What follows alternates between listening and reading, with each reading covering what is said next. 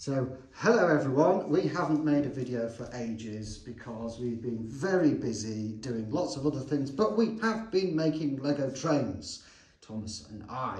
So, without further ado, here comes the train that we have at last finished. So Thomas is going to bring it round and stop it in front of the camera when I say, stop! Oops. Oh, you're going to have to back up, back up, back up, back up, back up, back up. Okay, backing up. No, okay, we're having a problem. It won't go backwards. Right, no, it's going very slowly. Yeah, it goes going very slowly backwards and stop! Right, Sometimes okay, it's we're a going to bit pick it up. slow on stopping then. It is.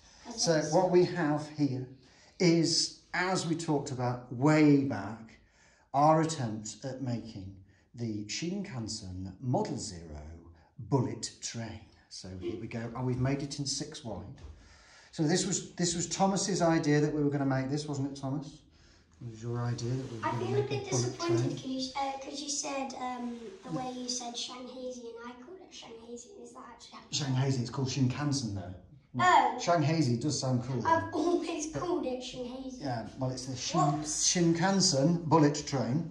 So this is modelled on the one which is in the National Railway Museum in York, near where we live. Yes. And here it is. Yeah. And the idea was to try and make a bullet train using the 6 wide by 28 long plates that Lego make, and seeing if we could do it that way. And so we had various different goes to get the shape right, which I will now drop into the video photos of the various different goes. So you can't see them now, but here they come. And in the meantime, Thomas is taking the lids off. Yeah, I was originally actually pushing it down because it was up, but that worked. You can take the lids off so we can see inside. And we have been very busy You putting people inside. You don't need to see that one because we that's just got have a look more inside there stuff. because it's basically a wiry mess. Turned off. And what we should mention about this power car, whilst we're looking at it, the interesting thing is it has 2 power functions motors, because it being the fastest train of its time, we wanted ours to go fast, Yes. Which it does.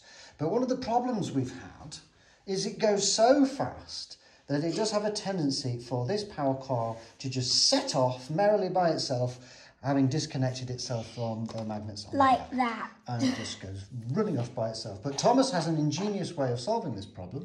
It's actually on the back right now because before we were videoing this, the back So kept coming we'll off. demonstrate it on this one, which is where you basically stick. I put 2x1 flat pieces on both parts of there, so that holds it together pretty well. And then it won't just go, And then it just fly off. I should say we did try having a motor in the front and the back driving car, and a motor in the back driving car, and a rather complicated arrangement of powered functions extension wires going through the carriages, but that meant we couldn't do lovely interiors on the inside of the carriage. I might take the minifigures out so you can actually see the seats. Yeah, so Thomas is now going to take the minifigures out so you can actually see the seats. Cue speeded up section.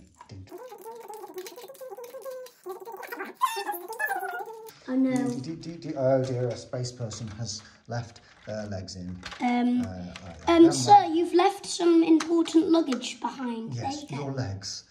So we have modelled the interior a bit on the one which is in the National Railway Museum, which has a green floor, and it has a bit more space inside to have lots and lots of seating. We've only got 4 wide because we've gone 6 wide, so we can only put 1 seat in. But in the actual prototype in the museum, you get 5 across. You get 3 on one side. Which is very hard to recreate in Lego because it would be too thick. Yes, we'd probably have to make it 12 wide. Yeah, that would be very hard, and it wouldn't fit on the track, and it would be even thicker than our 7 wide locomotive we have. Yes, it would. But I'm quite pleased with the pantograph that we've got here. She's made with these robot army bits. Also on this. And it's also on one of the passenger cars. Because as a cool fact about the bullet train, every 2 carriages there's a pantograph. Absolutely right. Absolutely right. So every 2 cars of the bullet train there is a pantograph. And interestingly enough, as we found from the book that we bought recently, this doesn't include the back driving car. So the back driving car does not have a pantograph. It's the one next to it that moving does. the minifigures because you probably Of course, don't want we've only got 4 cars here, but even so, we get the idea.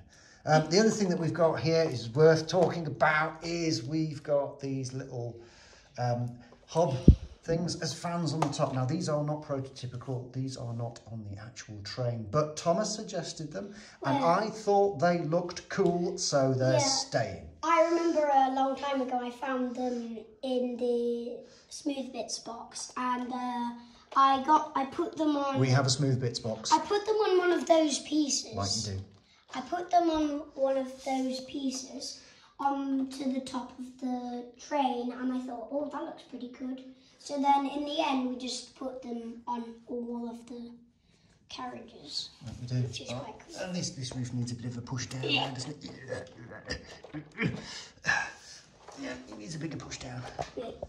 It's going. Yeah. So, I think without further ado, that's the second time I've said that today, we are going to just run the bullet train round the track and have a watch. I do need to turn it on first though, because I turned it off.